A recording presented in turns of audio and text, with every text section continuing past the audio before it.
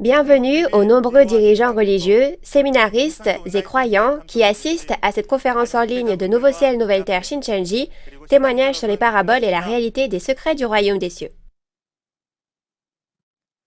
Je suis Irun Che et je serai votre présentateur aujourd'hui. Je voudrais exprimer mes sincères remerciements à tous ceux qui assistent aux conférences en ligne de Nouveau Ciel, Nouvelle Terre Shincheonji diffusées dans le monde entier. Nous allons prier avec le même cœur et commencerons la conférence. Dieu notre Père qui est saint, envers qui nous sommes reconnaissants. Merci d'avoir créé les cieux et la terre et de nous avoir donné une vie précieuse. Nous vous remercions également de nous avoir libérés du péché par le sang de Jésus qui est mort sur la croix pour nous. Nous vous rendons grâce et gloire d'avoir clairement témoigné des paroles de l'Apocalypse, la nouvelle alliance de Dieu, que personne n'a jamais connue, et aussi d'avoir témoigné du vrai sens et de la réalité des paraboles des secrets du royaume des cieux. Dieu notre Père, accordez le cœur pour voir, entendre et réaliser aux membres de la famille de la foi qui assistent à cette conférence. S'il vous plaît, soyez avec nous à chaque instant et guidez nos pas afin que nous puissions obtenir la liberté à travers la vérité. S'il vous plaît, guidez-nous à travers cette conférence aujourd'hui, afin que ce soit un temps précieux pour comprendre la véritable signification de la bête, la tête, la corne et la queue en parabole, et l'ordre d'accomplissement des prophéties de la Bible. Nous prions toutes ces choses au nom de Jésus. Amen. Nous vous informons que cette conférence en ligne se déroule dans le strict respect des règles de prévention sanitaire et de distanciation sociale. Chaque conférence est importante, mais la conférence d'aujourd'hui sera une conférence particulièrement importante et très intéressante. Il y a 2000 ans, Jésus était appelé l'agneau, et les croyants en Jésus sont appelés des croyants comme des brebis. Alors, ces expressions figurent dans la Bible, mais comment une personne serait-elle réellement une bête? Dans Apocalypse 13 aussi, il est dit qu'une bête à 7 têtes et 10 cornes sort de la mer. Comme vous avez appris la mer la dernière fois, si vous apprenez aussi la signification de la bête en parabole aujourd'hui, vous pourrez réaliser « Ah, c'était donc ça, le sens de cette prophétie ». Alors maintenant, nous allons témoigner clairement de la bête, de la tête, de la corne et de la queue en parabole par l'intermédiaire de l'instructeur qui donnera la conférence d'aujourd'hui. J'espère qu'au cours de ce temps, vous mettrez le témoignage de la parole dans votre cœur et le réaliserez. Nous allons accueillir l'instructeur Jong-min So de la tribu de Thomas de Nouveau Ciel, Nouvelle Terre Shincheonji, Église de Jésus. Veuillez l'applaudir chaleureusement. Bienvenue à tous les dirigeants religieux et croyants du monde entier qui souhaitent aller au royaume des cieux et avoir la vie éternelle. Je suis Jong-min So, un instructeur du centre qui a appris la parole du chef de la tribu de Thomas, une des 12 tribus de Nouveau Ciel, Nouvelle Terre Shincheonji. Notre chef de tribu a lui-même appris la parole du président de Nouveau Ciel, Nouvelle Terre Shincheonji, Mani Lee. Nous vous souhaitons à tous la bienvenue à cette conférence en ligne de Nouveau Ciel, Nouvelle Terre Shincheonji, témoignage sur les paraboles et la réalité des secrets du royaume des cieux aujourd'hui. Vous avez appris la mer en parabole la dernière fois, n'est-ce pas? La mer dont parle la Bible était le monde religieux que Satan contrôlait, et vous savez maintenant que le dragon qui régnait sur cette mer était Satan, le diable. Aujourd'hui, dans la leçon numéro 12, nous allons apprendre la bête, la tête, la corne et la queue en parabole. Connaissez-vous la signification spirituelle de la bête, la tête, la corne et la queue en parabole? Les nombreux dirigeants religieux qui regardent cette vidéo doivent déjà bien connaître cette signification spirituelle. Cependant, j'apprécierais que vous écoutiez attentivement lorsque je témoignerai à nouveau de la parole. Tout d'abord, permettez-moi d'expliquer la réponse à ces paraboles. La bête mentionnée dans les prophéties fait référence à l'homme, et parmi les hommes, c'est le faux pasteur qui prêche des mensonges. La tête fait référence au pasteur en chef et la corne désigne la figure d'autorité qui appartient à la tête et combat, c'est-à-dire quelqu'un ayant la position d'ancien dans l'Église. La queue fait référence au faux prophète appartenant à la bête. Et puisque la bête est le faux pasteur, les membres appartenant au faux pasteur sont comparés à la tête, aux cornes et à la queue. Ensuite, regardons à travers la Bible pourquoi les réponses aux paraboles de la Bible sont telles que nous venons de le voir. La Bible est divisée en 4 catégories principales: l'histoire, l'instruction, les prophéties et l'accomplissement. Parmi ces catégories, quand on fait la distinction entre les livres historiques et les livres prophétiques, les livres historiques parlent de bêtes physiques, tandis que les livres prophétiques parlent de bêtes spirituelles. Parmi ces bêtes spirituelles, il y a les bêtes appartenant à Dieu et les bêtes appartenant à Satan. La bête, la tête, la corne et la queue en parabole que nous allons voir aujourd'hui font référence à la bête appartenant à Satan. Dans ce cas, permettez-moi d'expliquer les réponses à ces paraboles. Lisons d'abord le verset concernant la parabole Apocalypse de Jean 13, verset 2. La bête que je vis était semblable à un léopard, ses pieds étaient comme ceux d'un ours, et sa gueule comme une gueule de lion. Le dragon lui donna sa puissance et son trône et une grande autorité. Dans Apocalypse de Jean, chapitre 13, verset 2, il est dit qu'une bête sortira de la mer. Mais cette bête est comme une bête à 7 têtes et 10 cornes. Et sa forme et son apparence sont comme celles d'un léopard, ses pieds comme ceux d'un ours, et sa gueule est comme celle d'un lion. De plus, il est expliqué que la bête a reçu la puissance, le trône et l'autorité du dragon. Alors, quelle est exactement l'identité de cette bête? Vous pouvez voir que la bête à laquelle nous pensons et que nous imaginons ne peut pas réellement sortir de la mer, et qu'une bête à 7 têtes et 10 cornes n'est pas non plus une bête qui existe dans la réalité. Dans ce cas, la bête mentionnée dans Apocalypse de Jean, chapitre 13, verset 2, est la bête en parabole. Alors regardons quelle est la réalité, le vrai sens de cette bête. Pour comprendre la bête d'abord, nous devons examiner les caractéristiques de la bête physique, n'est-ce pas? La caractéristique d'une bête est qu'elle a des instincts, mais pas de raison. De plus, les bêtes, les animaux, ne peuvent pas parler comme les hommes.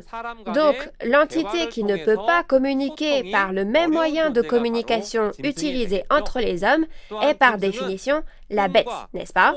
De plus, puisque la bête n'a pas de rêve ni d'espoir, si vous demandez à une bête « Quel est votre rêve ?», la bête pourra-t-elle répondre à cette question ou ne pourra-t-elle pas répondre?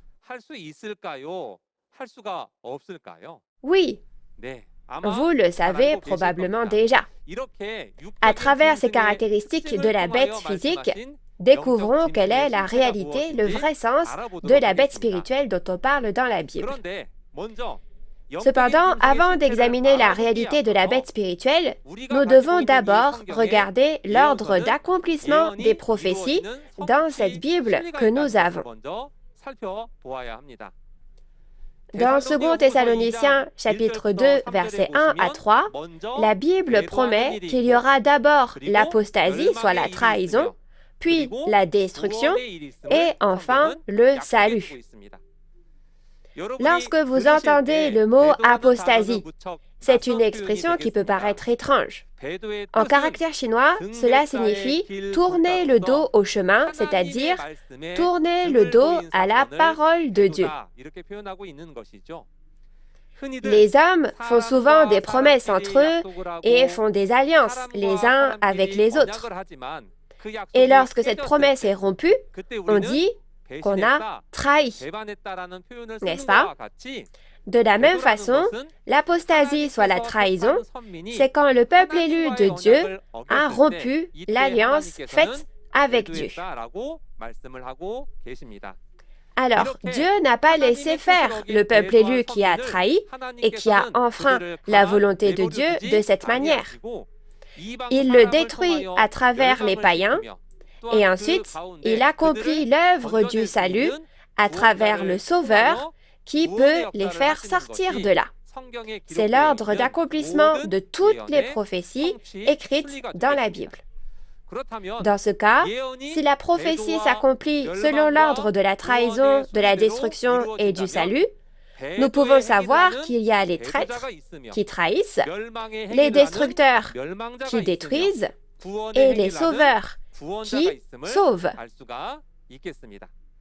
Donc, si toutes les bêtes qui apparaissent dans les prophéties sont des hommes en parabole, alors il y a la bête en parabole qui fait référence au traître qui trahit, la bête en parabole qui fait référence au destructeur qui détruit, et aussi la bête en parabole qui fait référence aux sauveurs qui sauvent, qui doivent apparaître.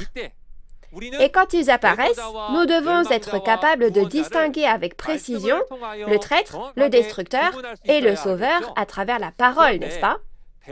Mais est-il facile ou difficile pour nous de distinguer entre le traître, le destructeur et le sauveur par leur apparence? Il n'est pas facile de les différencier seulement par leur apparence. Et qui devrions-nous rencontrer parmi le traître, le destructeur et le sauveur? Oui, c'est ça. Il faut rencontrer le sauveur, n'est-ce pas? Alors, quand ces trois entités apparaissent, comment peut-on les distinguer? Il existe un moyen de distinguer les trois bêtes en parabole, le traître, le destructeur et le sauveur, et cette méthode peut être trouvée à travers l'ordre d'accomplissement de la prophétie et les actions de chaque personne.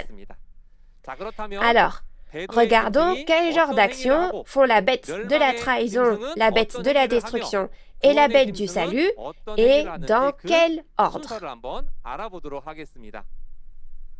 Tout d'abord, il y a la bête en parabole, qui fait référence au traître. Et cette entité appartenait à Dieu, mais par la trahison, elle devient une entité qui appartient à Satan le diable. Dans Matthieu 7, verset 6, la Bible dit « Ne donnez pas les choses saintes aux chiens et ne jetez pas vos perles devant les pourceaux. » Personne n'a jamais donné aux chiens et aux pourceaux quelque chose d'aussi précieux et de valeur dans la réalité.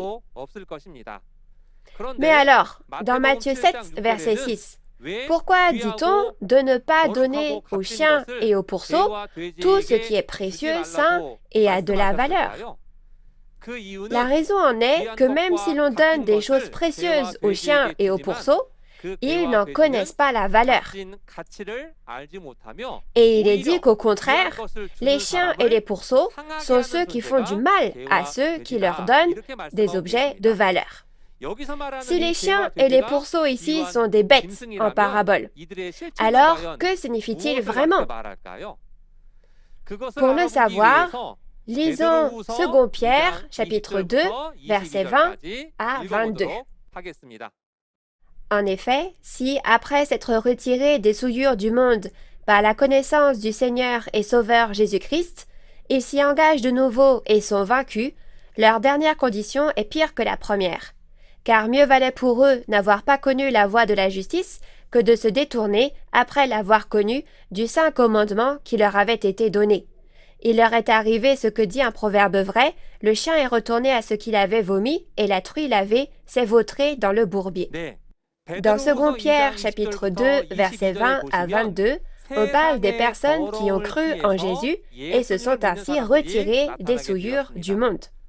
Cependant, après, ces personnes ont rejeté le saint commandement de Jésus qu'ils ont reçu, et il leur est arrivé ce que dit un proverbe vrai, le chien est retourné à ce qu'il avait vomi, et la truie lavée s'est vautrée dans le bourbier. C'est pourquoi, dans la Bible, les chiens et les pourceaux sont utilisés pour décrire ceux qui rejettent la parole de Dieu. Alors, pourquoi a-t-il été dit de ne pas donner aux traîtres les paroles saintes et précieuses de Dieu comme des perles? Non seulement ils ne connaissent pas la valeur de la précieuse parole de Dieu, mais ce sont des personnes qui blessent ceux qui leur donnent la précieuse parole. Ce sont précisément les traîtres. Alors, quel genre de bête en parabole est le traître? Dans Matthieu chapitre 15, verset 24, Jésus dit « Je n'ai été envoyé qu'aux brebis perdues ». Ce verset raconte que lorsque Jésus traversait le territoire de Tyr et de Sidon, une femme cananéenne païenne le supplia de guérir sa fille parce qu'elle était possédée par un démon atroce. C'est le contenu de Matthieu 15. Alors Jésus dit « Je n'ai été envoyé qu'aux brebis perdues ». Donc, que signifient ces brebis perdues dont on parle ici? Voyant qu'il s'agit de brebis perdues, cela fait référence à une chose qui avait à l'origine un propriétaire, mais n'en a plus maintenant. Le peuple élu de Dieu a rompu l'alliance avec Dieu, donc Dieu est parti. Alors il dit que les traîtres sont des brebis perdues. N'est-ce pas? Ainsi, la raison pour laquelle Jésus a dit qu'il n'a été envoyé qu'aux brebis perdues signifie que Jésus, le Sauveur, est venu pour sauver les traîtres. Donc, pour résumer, le chien, les pourceaux et les brebis perdues en parabole font référence aux traîtres, ceux qui abandonnent la parole. Alors maintenant, quel genre de bête en parabole fait référence aux destructeurs? Ils appartiennent à Satan, ce qui est le contraire du fait d'appartenir à Dieu. Alors lisons Ésaïe chapitre 56, versets 9 à 11. Vous toutes, bêtes des champs, venez pour manger, vous toutes, bêtes de la forêt. Ces gardiens sont tous aveugles, sans intelligence. Ils sont tous des chiens muets, incapables d'aboyer. Ils ont des rêveries, se tiennent couchés, aiment à sommeiller, et ce sont des chiens voraces, insatiables. Ce sont des bergers qui ne savent rien comprendre. Tous suivent leur propre voie, chacun selon son intérêt, jusqu'au dernier. Si vous regardez Ésaïe 56, versets 9 à 11, il y a des bergers qui ne savent rien comprendre. Alors, ne savoir rien comprendre signifie ici qu'il manque de réalisation, n'est-ce pas? Cependant, Dieu qualifie ces bergers qui ne savent rien comprendre de chiens muets. Vous venez d'apprendre que les chiens, les pourceaux et les brebis perdues en parabole font référence aux traîtres, n'est-ce pas? Alors, le fait que les bergers qui ne savent rien comprendre sont des chiens muets montre que ce sont précisément des traîtres. Cependant, dans Ésaïe 56, verset 9, Dieu dit « Vous toutes, bêtes des champs, venez pour manger, vous toutes, bêtes de la forêt. » Donc, les bêtes des champs, ici, font référence aux bêtes sauvages. Et ces bêtes sauvages servent à décrire les destructeurs qui dévorent les traîtres. Dans ce cas, quand ces bêtes sauvages ont-elles commencé à œuvrer? Dans Genèse chapitre 3, verset 1, un serpent apparaît. Mais Dieu décrit le serpent comme ceci. Le serpent était le plus rusé de tous les animaux des champs, c'est-à-dire les animaux sauvages, que l'Éternel Dieu avait fait. Alors, quel genre de créature est ce serpent? C'est le serpent qui a trompé Adam et Ève à l'époque d'Adam. Alors, nous pensions que ce serpent était quoi? Beaucoup de gens pensent que ce serpent fait référence au serpent le reptile. Cependant, dans Matthieu 13, versets 34 à 35, Jésus parle en parabole Et dans cette parabole, il dit qu'il révélera en parabole des choses qui ont été cachées depuis la fondation du monde. Cela signifie qu'il y a beaucoup de secrets que nous ne connaissions pas depuis le temps de la Genèse concernant les événements de l'époque. Ainsi, le serpent qui apparaît dans la Genèse n'est pas réellement un serpent, le reptile, mais le serpent en parabole qui fait référence au destructeur. De plus, si vous regardez Matthieu 23, verset 33, vous pouvez voir qu'il y a 2000 ans, Jésus disait aux chefs religieux du monde, les scribes et les pharisiens à cette époque, « Serpent, race de vipères ». Vous voyez donc qu'il ne faisait pas référence à de vrais serpents, les reptiles, mais qu'il s'adressait aux faux pasteurs qui enseignaient des mensonges à cette époque, c'est-à-dire les destructeurs, et qu'il les appelait donc des serpents. Et dans Matthieu 7, verset 15, il dit « Gardez-vous des faux prophètes. Ils viennent à vous en vêtements de brebis, mais au-dedans, ce sont des loups ravisseurs. » N'est-ce pas? Ainsi, puisque les faux prophètes qui enseignent le mensonge sont décrits comme des loups qui dévorent les fidèles comme des brebis, vous pouvez voir que les faux prophètes sont donc les destructeurs. C'est aussi la parabole d'aujourd'hui, n'est-ce pas? Dans Apocalypse 13, versets 1 et 2, il est expliqué qu'une bête sort de la mer, elle a 7 têtes et 10 cornes, et elle ressemble à un léopard, ses pattes sont celles d'un ours, et sa gueule est comme la gueule d'un lion. Alors, quel est le point commun entre les léopards, les ours et les lions? Oui, c'est ça. Ce que le léopard, l'ours et le lion ont en commun, c'est qu'ils sont des bêtes sauvages. Alors, ça ne veut pas dire qu'une bête comme celle-ci monte vraiment de la mer, mais Apocalypse 13 est la prophétie annonçant que le destructeur apparaîtra dans le monde religieux que Satan contrôle. Alors, à qui font référence le serpent, le loup, le léopard, l'ours et le lion en parabole? Aux faux pasteurs, les destructeurs. La bête, la tête, la corne et la queue en parabole dont nous parlons aujourd'hui est le contenu qui explique que la bête fait référence au destructeur. Alors, ensuite, quelles bêtes en parabole font référence au Sauveur? Ces entités sont les bêtes appartenant à Dieu. Lisons Jean, chapitre 1, verset 29. Le lendemain, il vit Jésus venant à lui, et il dit, « Voici l'agneau de Dieu qui ôte le péché du monde. » Dans Jean chapitre 1, verset 29, Jésus est l'agneau de Dieu qui enlève le péché du monde, n'est-ce pas? Vous pouvez voir que Jésus est celui qui est venu en tant qu'agneau sacrificiel pour porter nos péchés il y a 2000 ans. C'est pourquoi Jésus est comparé à un agneau, n'est-ce pas?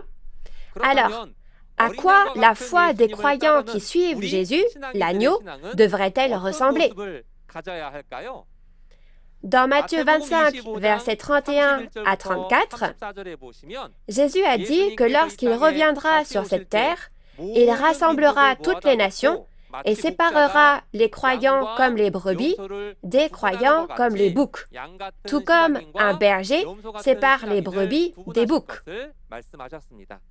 Les croyants semblables à des brebis dont il parlait à l'époque signifiait que si Jésus a été décrit comme le Sauveur, l'agneau, il compare maintenant les croyants justes qui suivent Jésus comme l'agneau à des brebis, n'est-ce pas? Alors, quel genre de vie de foi devrions-nous avoir? Nous devrions devenir des croyants semblables à des brebis pour hériter du royaume des cieux. Et dans 1 Corinthiens 9, 9 à 10, il est écrit dans la loi de Moïse qu'il ne faut pas museler le bœuf quand il foule le grain. Cependant, ce n'était pas parce qu'il était vraiment préoccupé par le bétail que c'est écrit dans la loi de Moïse. Mais cela signifie que les personnes de devoir et les travailleurs de Dieu qui prêchent la parole de Dieu sont comparés à des bœufs qui foulent le grain. Et plus loin, dans Apocalypse de Jean 19, verset 11, un cheval blanc et son cavalier apparaissent. L'entité qui fait en sorte que le cheval se déplace est le cavalier sur le cheval. Alors, quelle en est la réalité? Pour connaître la réalité du cavalier et du cheval blanc, dans Apocalypse de Jean, chapitre 19, verset 16, il est dit que le cavalier porte le nom Roi des rois, Seigneur des seigneurs. Il fait donc référence à Jésus. Et puisque Jésus est esprit, la Bible se réfère à la chair dans laquelle Jésus, qui est esprit, entre et travaille, comme le cheval blanc. Si nous résumons, nous pouvons voir que les brebis, les bœufs et les chevaux en parabole font référence à l'organisation du salut et aux membres qui la composent, avec lesquels Jésus est. Ils sont donc comparés à des bœufs et à des chevaux. Et jusqu'à présent, nous avons donc vu les bêtes mentionnées dans les prophéties. Alors, à partir de maintenant, découvrons quelle est la signification de la bête mentionnée dans les livres d'instruction. Lisons d'abord Proverbes 30, versets 2 à 4. Certes, je suis plus stupide que personne, et je n'ai pas l'intelligence d'un homme. Je n'ai pas appris la sagesse, et je ne connais pas la science des saints. Qui est monté aux cieux et qui en est descendu? Qui a recueilli le vent dans ses mains? Qui a serré les eaux dans son vêtement? Qui a fait paraître les extrémités de la terre? Quel est son nom et quel est le nom de son fils? Le sais-tu? Dans Proverbe 30, versets 2 à 4, il est dit que je suis une bête par rapport aux autres hommes. Alors, avec qui se compare-t-il quand il dit qu'il est une bête par rapport aux autres hommes? Il nous dit que celui qui n'a pas la connaissance du saint est une bête. Alors, à qui ce saint fait-il référence à l'époque? Oui, c'est ça. Il parle ici de Dieu. Donc, s'il dit qu'il n'a pas la connaissance du saint, cette connaissance fera également référence à la parole de Dieu. C'est pourquoi la bête dont il est question dans les livres d'instruction est une personne qui ne connaît pas Dieu et qui n'a aucune connaissance concernant Dieu. Allons plus loin et lisons le psaume 49, versets 20 ou 21 en fonction des versions. L'homme qui est en honneur et qui n'a pas d'intelligence est semblable aux bêtes que l'on égorge. Si vous regardez le psaume 49, versets 20 ou 21, il est dit que ceux qui sont en honneur et qui n'ont pas d'intelligence sont semblables aux bêtes que l'on égorge, c'est-à-dire qui se font détruire. Donc, l'entité qui ne réalise pas la parole de Dieu est appelée la bête, n'est-ce pas? Alors, résumons. Nous pouvons voir que la bête dont on parle dans les livres d'instruction signifie ceux qui ne connaissent pas ou ne réalisent pas Dieu ni sa parole. Alors ici, on peut se poser la question la plus importante, n'est-ce pas? Quel genre de croyant suis-je aux yeux de Dieu? Suis-je une personne comme un homme ou une personne comme une bête? Suis-je une personne comme un homme ou une personne comme une bête? Nous devons y penser nous-mêmes et nous devons y penser du point de vue de Dieu, non pas de notre propre point de vue. Alors, maintenant, vous avez entendu parler de la bête en parabole jusqu'à maintenant. Donc, regardons la tête en parabole. Lisons la parabole d'Apocalypse de Jean, chapitre 12, verset 3. Un autre signe parut encore dans le ciel, et voici, C'était un grand dragon rouge, ayant 7 têtes et 10 cornes, et sur ses têtes, 7 diadèmes. Apocalypse de Jean, chapitre 12, verset 3, a lieu dans le ciel. Une entité apparaît dans le ciel, et cette entité est un dragon rouge. Et le dragon rouge ressemble à une bête avec 7 têtes et 10 cornes. Cependant, vous avez bien entendu parler de cette entité à 7 têtes et 10 cornes tout à l'heure. C'est la bête en parabole, n'est-ce pas? Nous avions vu que cette entité montait de la mer, n'est-ce pas? Mais si vous regardez Apocalypse de Jean, chapitre 12, verset 3, vous pouvez voir que cette entité est maintenant montée au ciel. Ainsi, cette bête qui monte de la mer est le destructeur. En regardant l'organisation du destructeur, on peut voir qu'elle est composée de 7 têtes et 10 cornes. C'est-à-dire qu'elle est composée de 7 entités et de 10 anciens. Et ils ont une queue, et il est dit que cette queue fait tomber un tiers des étoiles dans le ciel. Alors, qu'est-ce que cela signifie? Alors aujourd'hui, regardons la tête en parabole, point par point, à travers la Bible. Tout d'abord, puisque Dieu a parlé des choses spirituelles à travers les caractéristiques physiques de la tête, regardons les caractéristiques physiques de la tête. La tête est l'entité qui contrôle et gouverne tout le corps, n'est-ce pas? Alors vous comprendrez que la tête spirituelle est aussi une entité qui joue le même rôle. Lisons Ésaïe, chapitre 29, versets 9 à 10. Soyez stupéfaits et étonnés, fermez les yeux et devenez aveugles. Ils sont ivres, mais ce n'est pas de vin. Ils chancellent, mais ce n'est pas l'effet de liqueurs fortes. Car l'Éternel a répandu sur vous un esprit d'assoupissement. Il a fermé vos yeux, les prophètes. Il a voilé vos têtes, les voyants. Dans Ésaïe chapitre 29, versets 9 à 10, il est expliqué que des personnes chancellent. Alors, voyant qu'elles chancellent, vous pouvez penser qu'elles sont ivres. Mais la raison pour laquelle elles chancellent, c'est que Dieu a couvert leurs yeux et leurs têtes. Alors, de quoi parlent les yeux et la tête? Il est dit que les yeux sont les prophètes et la tête les voyants. Donc, la tête se réfère au pasteur qui prêche la parole de Dieu. Donc, si les fidèles sont comparés au corps, qui va jouer le rôle de tête et conduire les membres sur le bon chemin? Les nombreux dirigeants religieux et membres d'église qui regardent cette vidéo.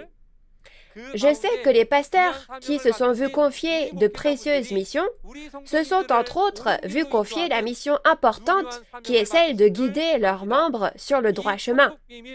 Si vous témoignez à vos membres des paroles du témoignage sur les paraboles et la réalité des secrets du royaume des cieux, je crois que vous recevrez beaucoup de respect et d'amour de la part de vos membres. Continuons. Dans Apocalypse 17, versets 9 et 10, il est dit que ces 7 têtes sont 7 montagnes et 7 rois. Alors, pourquoi les 7 têtes sont-elles appelées rois? Dans 1 Pierre, chapitre 2, verset 9, Dieu utilise l'expression « royaume et prêtre » comme des rois, comparant ainsi le pasteur qui prêche la parole de Dieu à un roi. Alors, nous pouvons voir que ces 7 têtes ici sont 7 pasteurs. Mais à qui appartiennent ces 7 pasteurs est également très important, n'est-ce pas? Ainsi, en regardant Apocalypse 13, verset 2, il est dit que la bête à 7 têtes et 10 cornes a reçu le trône, la puissance et l'autorité du dragon. Vous pouvez donc voir que cette bête appartient à Satan, le diable. Ainsi, nous pouvons voir que la tête en parabole fait référence au pasteur en chef. Alors, que signifie la corne en parabole qui est attachée à la tête et donne de la force? Lisons la parabole d'Apocalypse de Jean, chapitre 12, verset 3. Un autre signe parut encore dans le ciel, et voici, c'était un grand dragon rouge, ayant 7 têtes et 10 cornes, et sur ses têtes 7 diadèmes. Dans Apocalypse de Jean, chapitre 12, verset 3, les événements se déroulent dans le ciel. Un dragon rouge apparaît dans le ciel, et il a 7 têtes et 10 cornes. Alors, quelle est la réalité de ces 10 cornes? Regardons la corne spirituelle à travers les caractéristiques de la corne physique. En ce qui concerne les caractéristiques, la corne est attachée à la tête et c'est l'arme principalement utilisée pour montrer sa puissance et combattre, n'est-ce pas? Alors, jetons un coup d'œil aux Écritures. Dans Apocalypse de Jean, chapitre 17, verset 12, il est expliqué que les 10 cornes sont 10 rois, mais qu'ils n'ont pas de royaume. Alors peut-il y avoir un roi sans royaume? Donc le roi se réfère ici au pasteur et le royaume se réfère à l'Église que le pasteur dirige. Donc le fait que la corne soit un roi qui n'a pas de royaume montre qu'il a le même pouvoir qu'un pasteur, mais comme il n'a pas d'Église qui le traite comme un pasteur, c'est une figure d'autorité dans l'Église. Ainsi, la corne en parabole dans la Bible fait référence aux anciens, soit les figures d'autorité qui appartiennent à la tête et combattent. Alors, jetons un coup d'œil à la queue en parabole maintenant. Lisons la parabole d'Apocalypse de Jean, chapitre 12, verset 4. Sa queue entraînait le tiers des étoiles du ciel et les jetait sur la terre. Le dragon se tint devant la femme qui allait enfanter afin de dévorer son enfant lorsqu'elle aurait enfanté. Dans Apocalypse chapitre 12, verset 4, les événements se passent dans le ciel. Un dragon rouge apparaît dans le ciel et il a 7 têtes et 10 cornes. N'est-ce pas? Cependant, puisqu'on dit qu'il a une queue et qu'il fait tomber un tiers des étoiles du ciel sur la terre, quelle est la réalité de cette queue qui peut faire tomber les étoiles sur la terre? Tout d'abord, en termes de caractéristiques physiques, le membre attaché à l'arrière-train de la bête, c'est la queue. Alors, regardons les versets concernant la queue spirituelle qui a ces caractéristiques. Si vous regardez Deutéronome 28, versets 15 et 44, Deutéronome 28 rapporte les bénédictions que le peuple élu de Dieu reçoit lorsqu'il garde l'alliance et les malédictions qu'il reçoit lorsqu'il rompt l'alliance. Parmi eux, le verset 15 décrit la malédiction qui sera donnée à ceux qui rompent l'alliance, et le contenu de la malédiction du verset 44 est qu'il promet que l'on ne deviendra pas la tête, mais la queue. Alors, que signifie cette queue ici? Lisons Ésaïe chapitre 9, versets 14 à 16 ou 13 à 15 en fonction des versions. Aussi l'Éternel arrachera d'Israël la tête et la queue, la branche de palmier et le roseau, en un seul jour. L'ancien et le magistrat, c'est la tête, et le prophète qui enseigne le mensonge, c'est la queue. Ceux qui conduisent ce peuple l'égarent, et ceux qui se laissent conduire se perdent. Si vous regardez Ésaïe chapitre 9, versets 14 à 16 ou 13 à 15, la signification de la queue est précisément expliquée. La queue est un faux prophète qui enseigne des mensonges. Alors, que va faire un faux prophète? Il va tromper beaucoup de personnes par des mensonges, n'est-ce pas? Ainsi, au verset 16, nous pouvons voir que celui qui trompe le peuple et le conduit à la perdition, c'est la queue, c'est-à-dire le faux prophète. Alors, où apparaît cette queue? Dans Apocalypse de Jean, chapitre 9, verset 16, Satan et son armée, la cavalerie du diable, apparaît. Mais parmi cette armée de Satan le diable, cette cavalerie, il est dit que les chevaux ont des queues et que leurs queues sont comme des serpents. Donc les queues de ces chevaux font référence aux faux prophètes de l'armée appartenant à Satan le diable, et le fait que ces faux prophètes sont comme des serpents signifie qu'ils appartiennent à Satan le diable. Ainsi, la queue en parabole est le faux prophète appartenant à la bête. N'est-ce pas? Alors maintenant, permettez-moi de résumer en images ce que nous avons vu jusqu'à présent. Exprimons en images le contenu d'Apocalypse de Jean chapitre 13 verset 2 et d'Apocalypse de Jean chapitre 12 versets 3 et 4. Les événements se déroulent dans le tabernacle du ciel où Dieu se trouvait. C'est donc le ciel spirituel, n'est-ce pas? C'était l'endroit où se trouvaient les pasteurs de Dieu et les fidèles de Dieu.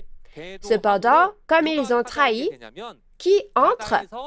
Une bête est montée de la mer. Cette bête est la bête à 7 têtes et 10 cornes. De qui la bête a-t-elle reçu l'autorité? Le dragon lui a donné sa puissance, son trône et son autorité. Donc, cette entité n'est autre que le destructeur.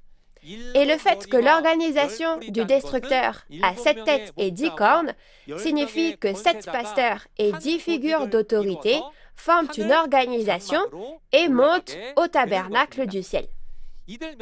Alors, que feront ces destructeurs s'ils montent au tabernacle du ciel? Oui, bien sûr. Ils montent au tabernacle du ciel pour le détruire. Mais ils ne sont pas seuls. Ils ont 7 têtes et 10 cornes. Et ils ont des queues qui sont de faux prophètes. Alors, que vont-ils faire avec leurs mensonges?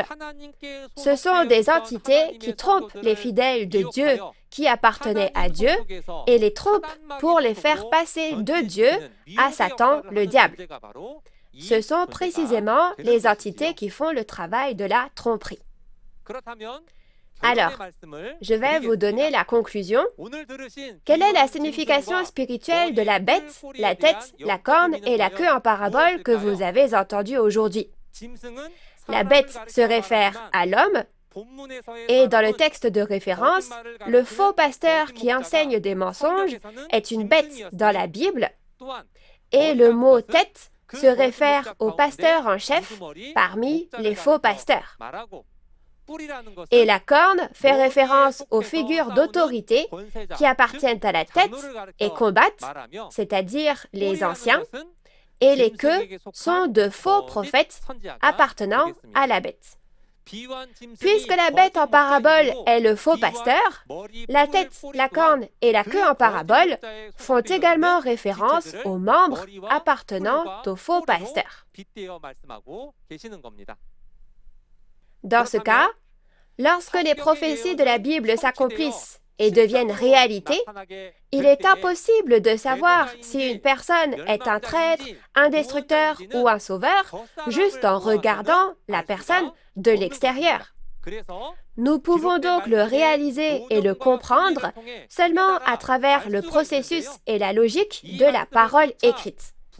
J'espère donc sincèrement que vous serez capable de discerner et de croire en suivant ces paroles. Aujourd'hui, vous avez écouté la leçon numéro 12, la bête, la tête, la corne et la queue en parabole. Dans la prochaine leçon, vous entendrez parler de la leçon numéro 13, le sang et la chair de l'agneau en parabole. L'instructeur qui donnera la parole la prochaine fois sera plus talentueux et compétent et délivrera la parole d'une manière encore plus amusante et intéressante. Bien que nos dénominations et nos affiliations sont différentes, nous sommes un en Dieu et en Jésus. Je conclurai la conférence d'aujourd'hui en clamant « Nous sommes un, we are one ». Nous sommes un, we are one. Nous allons prier.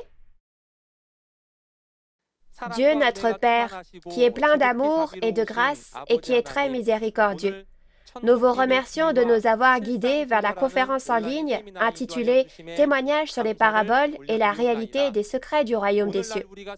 Nous croyons que ce temps dans lequel nous vivons aujourd'hui est le temps du second avènement du Seigneur, de l'accomplissement des prophéties de l'Apocalypse. Maintenant, lorsque la réalité des secrets du royaume des cieux se révèle à nos yeux, Dieu notre Père, aidez-nous afin que nous puissions devenir les dirigeants religieux et les croyants qui voient la réalité et y croient. S'il vous plaît, donnez beaucoup de grâce afin que les chefs religieux puissent voir, entendre et réaliser et devenir la tête de Dieu qui puisse conduire de nombreux croyants sur le droit chemin. Au nom de Jésus qui est plein d'amour, nous sommes reconnaissants et avons prié pour toutes ces choses. Amen. Merci d'avoir écouté cette vidéo jusqu'au bout.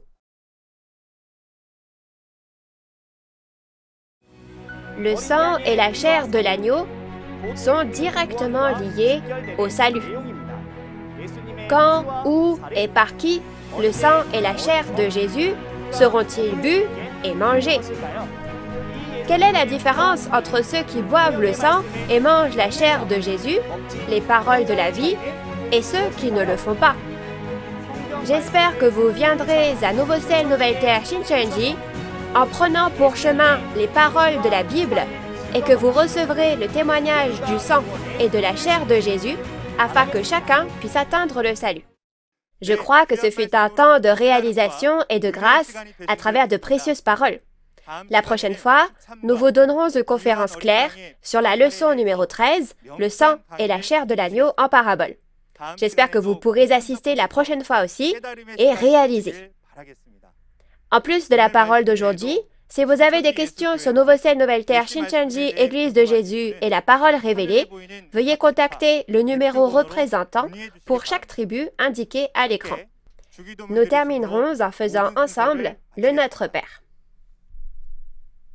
Notre Père qui es aux cieux, que ton nom soit sanctifié, que ton règne vienne, que ta volonté soit faite sur la terre comme au ciel. Donne-nous aujourd'hui notre pain de ce jour. Pardonne-nous nos offenses, comme nous pardonnons aussi à ceux qui nous ont offensés. Et ne nous laisse pas entrer en tentation, mais délivre-nous du mal, car c'est à toi qu'appartiennent le règne, la puissance et la gloire au siècle des siècles. Amen. Ceci conclut la conférence en ligne de Nouveau Ciel, Nouvelle Terre, Shincheonji, témoignage sur les paraboles et la réalité des secrets du royaume des cieux. Merci à tous ceux qui ont participé.